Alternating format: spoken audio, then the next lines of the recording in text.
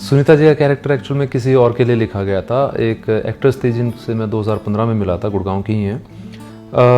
बेवजह की कास्टिंग के दौरान किसी वजह से उस फिल्म में हम काम नहीं कर पाए। 2019 में जब मैंने दोबारा काम शुरू किया तो मैंने सोनू जो हमारे लीड एक्टर हैं उनसे बात की, उनसे पूछा कि भाई एक बार मोहतरमा से पूछिएगा अगर वो करना चाहेंगे हमारे साथ काम। उन्होंने हाँ कहा और मैंने उनको ध्यान में रखते हुए एक स्टोरी लिख डाली। 2019 में फरवरी में ही शूट होना था, तो फरवरी में हमारी मुलाकात हुई। किसी वजह से मेरा शूट जो कि फरवरी में ही होना था वो पोस्टपोन हो गया मार्च के लिए। तो वो जो पहले एक्ट्रेस फाइनल की गई थी, इसी बीच उनका एक अलग से शूट आ गया और कुछ घर पे काम आ गया, तो वो वॉकआउट कर गई।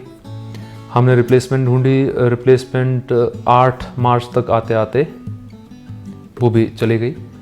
13 तारीख को मनोज जी ने मुझे अपनी वाइफ को रेफ़र किया जो कि सुनीता जी हैं। उन्होंने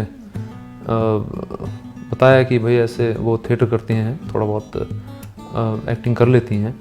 एक्चुअली मैं तो अपने रूटीन काम में लगी हुई थी। सुबह मनोज का फ़ोन आया, मेरे को पूछा कि मूवी करोगी, तो आई वाज शॉक्ड कि भाई मूवी करोगी सडनली। अच्छा, वो कर रहे थे खुद, पहले से ही इस मूवी में थे।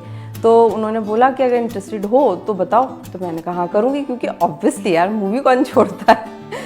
और मनोज जी तब मुंबई में थे, टाइम कम था, तो मैंने कहा ठीक है आप बुला लीजिए। 14 तारीख का हमारी डेट फाइनल हुई जिसमें मैं सुनीता जी से मिला। और मैं बहुत नर्वस थी एक्चुअली। मुझे लग रहा था पता नहीं कौन सा भारी भरकम सा डायरेक्टर होगा, पता नहीं मुझे सेलेक्ट करेगा रिजेक्ट करेगा, क्या पता, कुछ नहीं पता था। लेकिन वो आए, लगा ही नहीं कि मैं मतलब किसी डायरेक्टर से बात कर रही हूँ। ऐसा लग रहा था कि जैसे कि बहुत पहले से जानते हैं। उन्होंने मुझे बहुत कंफर्टेबल फील कराया और मेरे से कुछ ज़्यादा पूछा भी नहीं। मतलब बस उन्होंने मेरे से एक क्वेश्चन पूछा था कि आप गुस्सा कर लोगे, क्योंकि मेरे कैरेक्टर को तो चिल्लाना है, थोड़ा सा नेगेटिव प्ले करना है, अथॉरिटी दिखानी है। और सुनीता जी को देख के लग नहीं रहा था, तो मैंने उनसे पूछा कि क्या आप कर पाओगे ये? आपको देख के लग नहीं रहा, लेकिन मैंने कहा हाँ मैं गुस्सा तो कर लेती हूँ, आता है मुझे गुस्सा। तो ऐसे करके उन्होंने बोला कि ठीक है आप कर रहे हो हमारी मूवी। तो ऐसे मुझे ये मूवी मिली।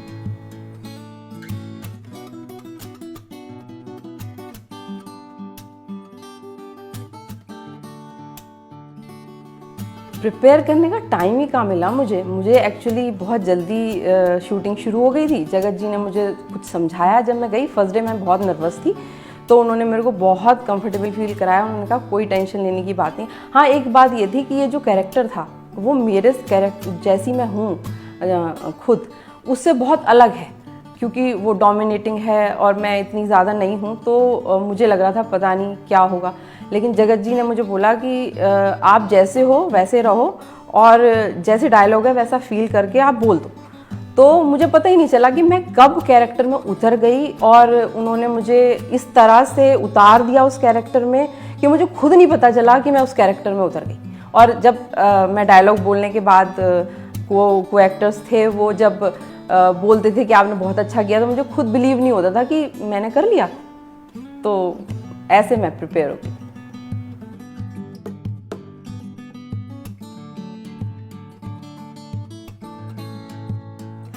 किस्से तो बहुत सारे हैं। वो 10 दिन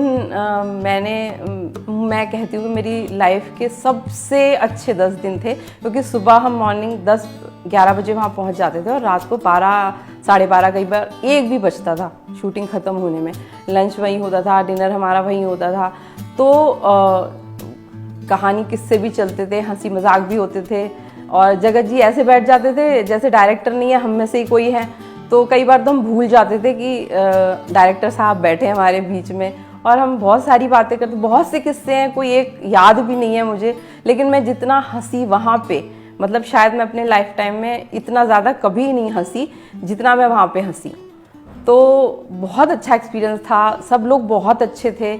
और एक तो ये था कि मनोज साथ होते थे तो मुझे ये चिंता नहीं होती थी कि मुझे लेट हो रहा है, मैं घर कैसे जाऊंगी, या ये है, कुछ चिंता नहीं थी। और ऐसा लगता था सारा सब कुछ फैमिली है, हम लोग पता नहीं कितने दिनों से एक दूसरे को जानते हैं, मनीष जी, नितेश जी, सब लोग इतने अच्छे थे सब। और एक सबसे बड़ा एडवांटेज था कि मैं अकेली फीमेल थी, तो मुझे बड़ा स्पेशल फील कराया जाता था। तो उस चीज़ को मुझे लगता था कि मैं स्पेशल हूँ। बाकी सब मुझे मैम मैम करते थे, आप खा लीजिए, आप पी लीजिए, मैम प्लीज़ आप बहुत देर से खड़े हो, बैठ जाओ। तो बहुत अच्छी एक्सपीरियंस था, बहुत अच्छा एक्सपीरियंस था मेरा, बहुत अच्छा।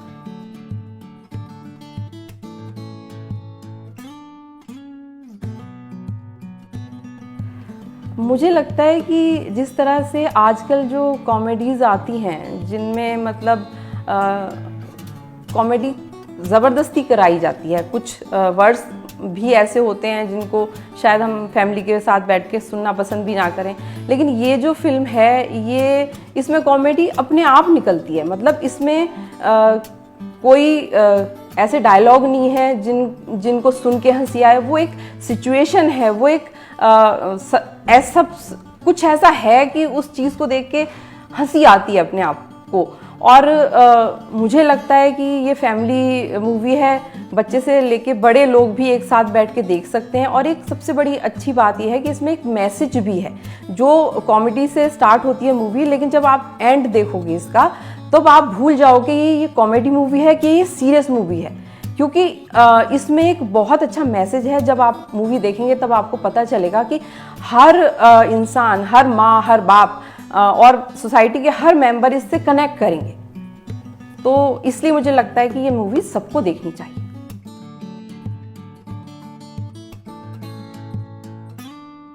चैलेंजिंग तो था ही नहीं, मैंने पहले भी बोला, मुझे कभी लगा ही नहीं कि मैं काम कर रही हूँ। मुझे तो जगत जी के साथ मिलके ऐसा लगा कि ऐसे डायरेक्टर मिल जाएं तो मैं पता नहीं कितनी सारी मूवी कर डालूं। तो चैलेंजिंग तो बिल्कुल भी नहीं है। वो बहुत अच्छे इंसान हैं और बहुत उनको आता है, मतलब उनको आता है कि किससे क्या निकलवाना है। मतलब वो उनकी कैरेक्टर की स्ट्रेंथ को पकड़ के उससे निकलवा लेते हैं। तो मुझे नहीं पता मैंने कैसे काम किया, क्या किया, क्योंकि उन्होंने करा लिया मुझसे बस।